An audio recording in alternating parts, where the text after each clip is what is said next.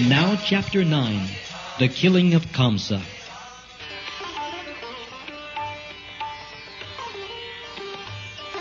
After Kamsa's wrestlers expressed their determination, the Supreme Personality of Godhead, the killer of Madhu, confronted Chanura, and Lord Balaram, the son of Rohini, confronted Mushtik. Krishna and Chanura, and then Balaram and Mushtik, locked themselves hand to hand, leg to leg, and each began to press against the other with a view to come out victorious. They joined palm to palm, calf to calf, head to head, chest to chest, and began to strike each other. The fighting increased as they pushed one another from one place to another. One captured another and threw him down on the ground, and another rushed from the back to the front of another and tried to overcome him with a hold. The fighting increased, step by step. There was picking up, dragging and pushing, and then the legs and hands were locked together. All the arts of wrestling were perfectly exhibited by the parties as each tried his best to defeat his opponent.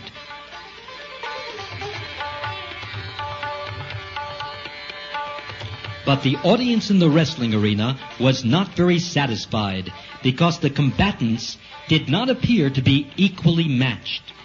They considered Krishna and Balaram to be mere boys before the wrestlers Chanura and Mushtik, who were huge men as solid as stone.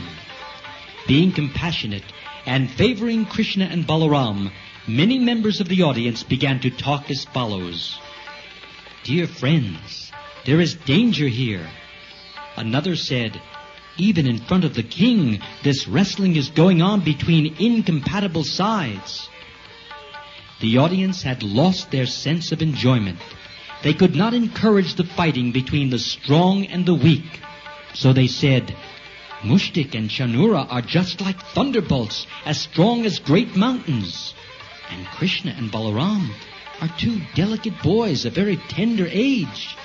The principle of justice has already left this assembly. Persons who are aware of the civilized principles of justice will not remain to watch this unfair match. Those taking part in this wrestling match are not very much enlightened. Therefore, whether they speak or remain silent, they are being subjected to the reactions of sinful activities."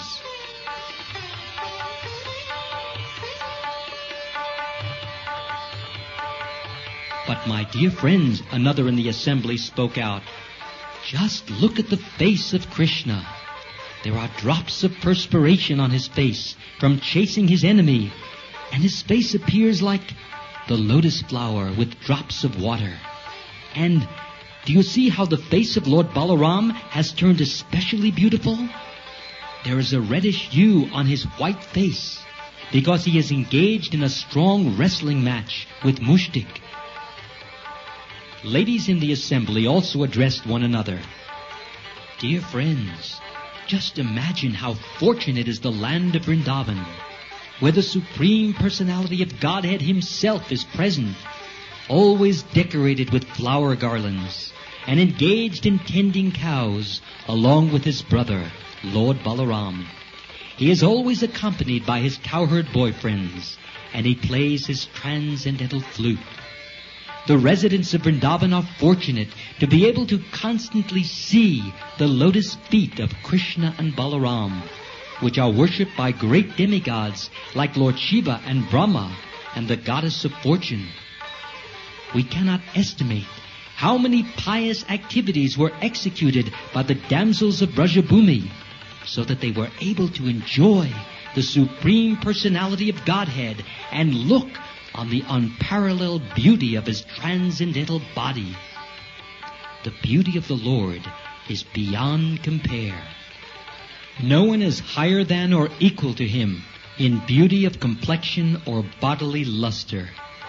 Krishna and Balaram are the reservoir of all kinds of opulence, namely wealth, strength, beauty, fame, knowledge, and renunciation. The gopis are so fortunate that they can see and think of Krishna 24 hours a day, beginning from their milking the cows or husking the paddy or churning the butter in the morning. While engaged in cleaning their houses, and washing their floors, they are always absorbed in thought of Krishna.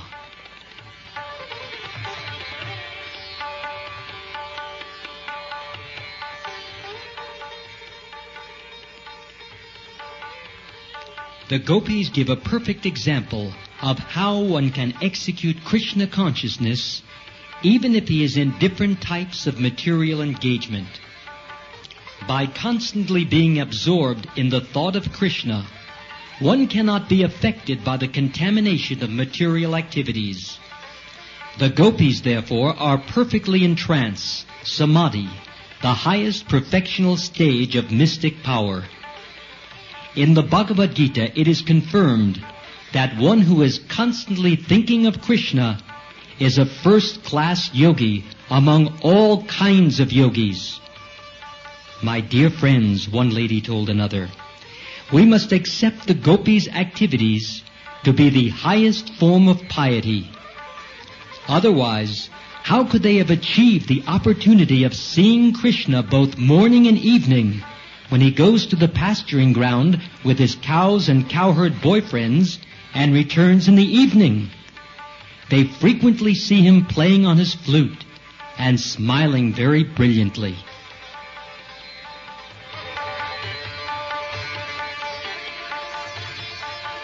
When Lord Krishna, the supersoul of every living being, understood that the ladies in the assembly were anxious for him, he decided not to continue wrestling, but to kill the wrestlers immediately. The parents of Krishna and Balaram, namely Nanda Maharaj, Yashoda, Vasudeva and Devaki, were also very anxious because they did not know the unlimited strength of their children.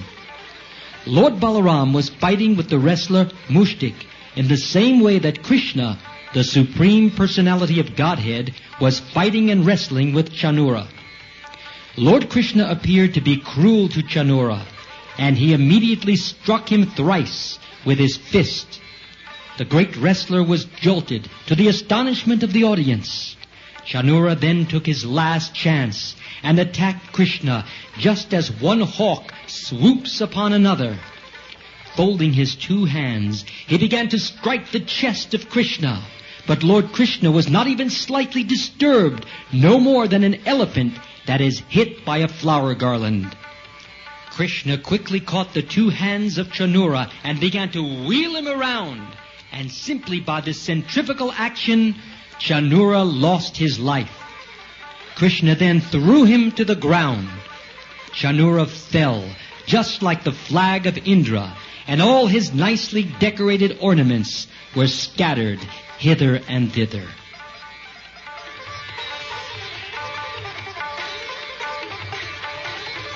Mushtik also struck Balaram, and Balaram returned the stroke with great force. Mushtik began to tremble, and blood and vomit flowed from his mouth.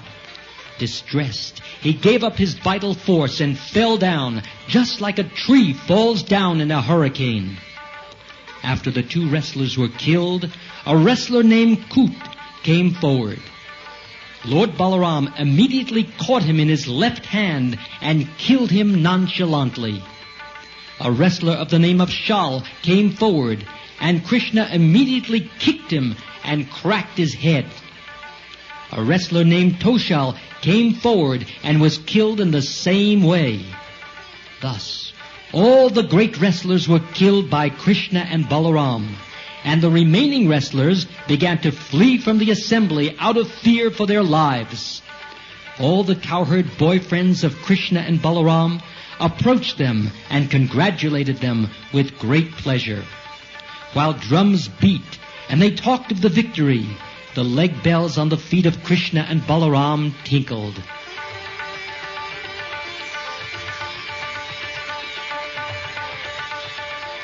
All the people gathered there began to clap in great ecstasy, and no one could estimate the bounds of their pleasure. The Brahmins present began to praise Krishna and Balaram ecstatically. Only Kamsa was morose. He neither clapped nor offered benediction to Krishna. Kamsa resented the drums being beaten for Krishna's victory. and he was very sorry that the wrestlers had been killed and had fled the assembly. He therefore immediately ordered the drum playing to stop and began to address his friends as follows. I order that these 2 sons of Vasudeva be immediately driven out of Mathura. The cowherd boys who have come with them should be plundered and all their riches taken away.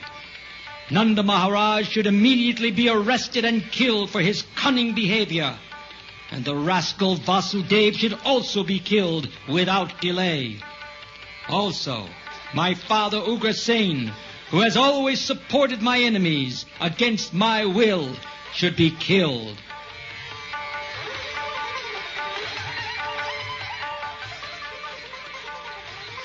When Kamsa spoke in this way, Lord Krishna became very angry with him, and within a second he jumped over the high guards of King Kamsa. Kamsa was prepared for Krishna's attack, for he knew from the beginning that he was to be the supreme cause of his death. He immediately unsheathed his sword and prepared to answer the challenge of Krishna with sword and shield. As Kamsa wielded his sword up and down, hither and thither, Lord Krishna, the supreme powerful Lord, caught hold of him with great force. The Supreme Personality of Godhead, who is the shelter of the complete creation, and from whose lotus navel the whole creation is manifested, immediately knocked the crown from the head of Kamsa and grabbed his long hair in his hand. He then dragged Kamsa from his seat to the wrestling dais and threw him down. Then Krishna at once straddled his chest and began to strike him over and over again. Simply from the strokes of his fist, Kamsa lost his vital force. To assure his parents that Kamsa was dead, Lord Krishna dragged him just as a lion drags an elephant after killing it. When people saw this, there was a great roaring sound from all sides as some spectators expressed their jubilation and others cried in lamentation.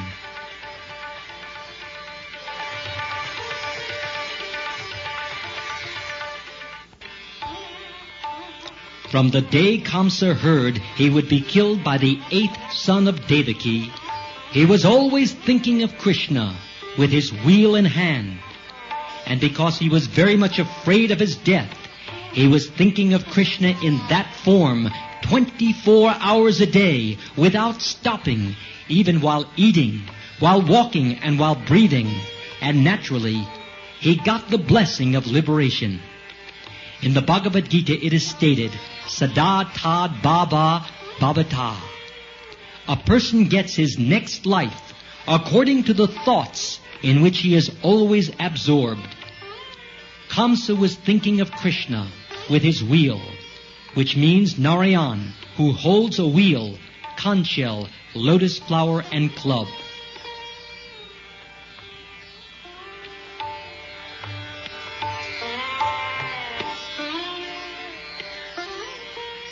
According to the opinion of authorities, Kamsa attained Sarupya Mukti after death.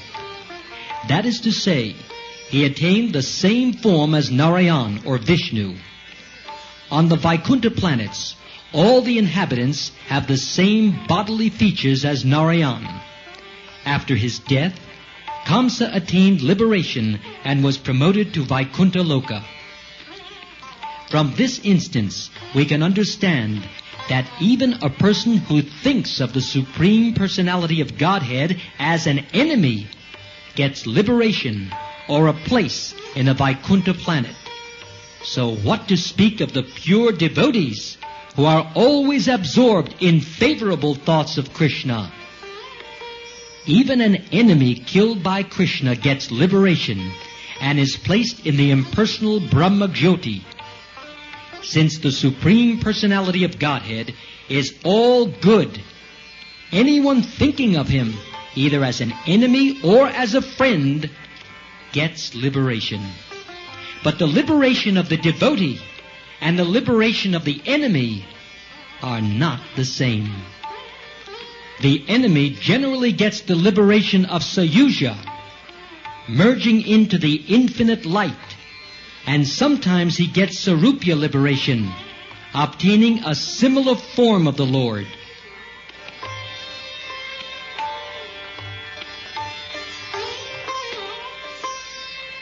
Kamsa had 8 brothers headed by Kanka, all of them younger than he. And when they learned that their elder brother had been killed, they combined together and rushed towards Krishna in great anger to kill him. Kamsa and his brothers were all Krishna's maternal uncles, brothers of Krishna's mother Devaki. When Krishna killed Kamsa, he killed his maternal uncle, which is against the regulations of Vedic injunctions. Although Krishna is independent of all Vedic injunctions, he violates the Vedic injunctions only in inevitable cases. Kamsa could not be killed by anyone but Krishna. Therefore, Krishna was obliged to kill him. But as far as Kamsa's 8 brothers were concerned, Balaram took charge of killing them.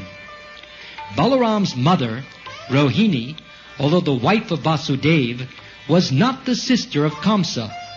Therefore, Balaram took charge of killing all of Kamsa's 8 brothers. He immediately took up an available weapon, most probably the elephant's tusk which he carried, and killed the 8 brothers one after another, just as a lion kills a flock of deer. Krishna and Balaram thus verified the statement that the Supreme Personality of Godhead appears to give protection to the pious and to kill the impious demons who are always enemies of the demigods.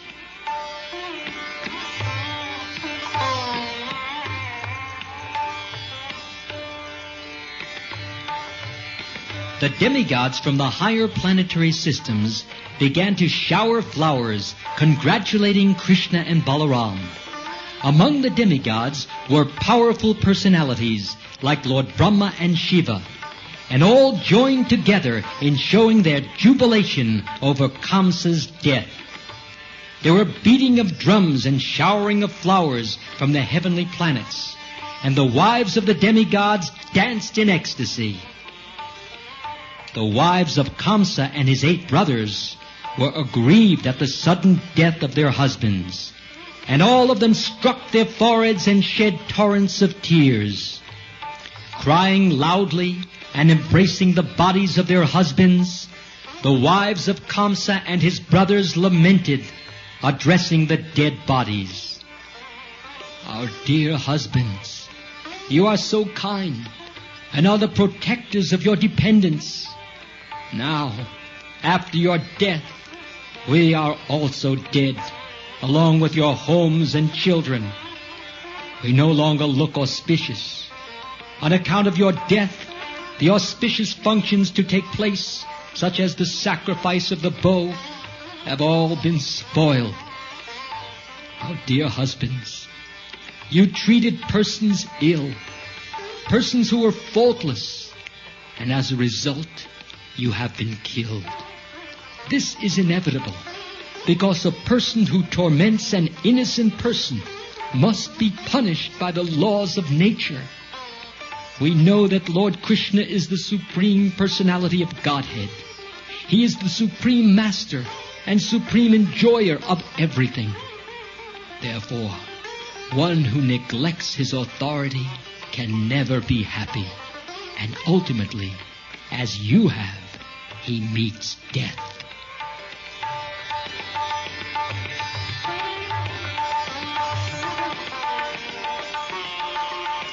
Since Krishna was kind and affectionate to his aunts, he solaced them as far as possible.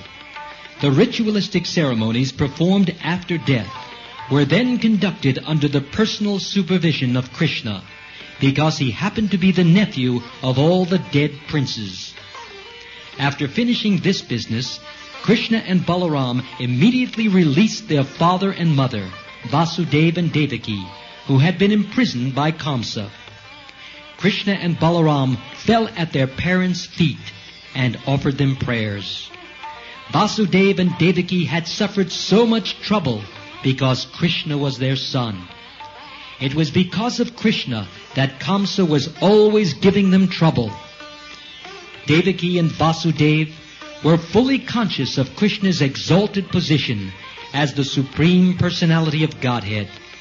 Therefore, although Krishna touched their feet and offered them obeisances and prayers, they did not embrace him, but simply stood up to hear the Supreme Personality of Godhead. Although Krishna was born as their son, Vasudeva and Devaki were always conscious of his position. Thus ends the Bhaktivedanta purport of the second volume, 9th chapter of Krishna, the killing of Kamsa.